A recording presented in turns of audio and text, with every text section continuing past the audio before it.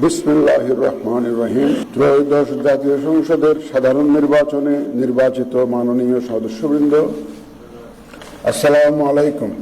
আপনাদেরকে আন্তরিক অভিনন্দন। এখন আপনাদেরকে শপথ বাক্য পাঠ করানো হবে। আপনাদেরকে অনুগ্রহ করে দাঁড়িয়ে শপথ পাঠ করার জন্য অনুরোধ করছি। আমি সংসদ সদস্য নির্বাচিত হইয়া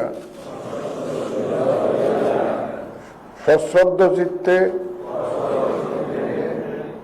শপথ বা দৃঢ়ভাবে ঘোষণা করতেছি যে আমি যে কর্তব্যভার গ্রহণ করিতে যাইতেছি তাহা আইন অনুযায়ী ও বিশ্বস্ততার সহিত পালন করিব। আমি বাংলাদেশের প্রতি অকৃত্রিম বিশ্বাস ও আনুগত্য পোষণ করিব এবং সংসদ সদস্যরূপে আমার কর্তব্য পালনকে ব্যক্তিগত স্বার্থের দ্বারা প্রভাবিত হইতে দিব না।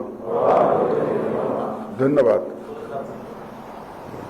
মাননীয় সদস্যবৃন্দ, এখন জুলাই জাতীয় সনদ সংবিধান সংস্কার বাস্তবায়ন আদেশ 2025 অনুযায়ী সংবিধান সংস্কার পরিষদের সদস্য হিসেবে সদস্য গ্রহণ ও স্বাক্ষর প্রদান অনুষ্ঠিত হবে। আমি সংবিধান সংস্কার পরিষদ সদস্য হিসাবে সশ্রদ্ধ চিত্তে শপথ করিতেছি যে আমি যে কর্তব্যভার গ্রহণ করিতে যাইতেছি তাহা আইন অনুযায়ী ও বিশ্বস্ততার সহিত পালন করিব। আমি বাংলাদেশের প্রতি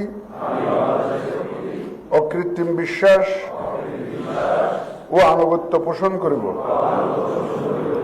এবং পরিষদ সদস্যরূপে আমার কর্তব্য পালনকে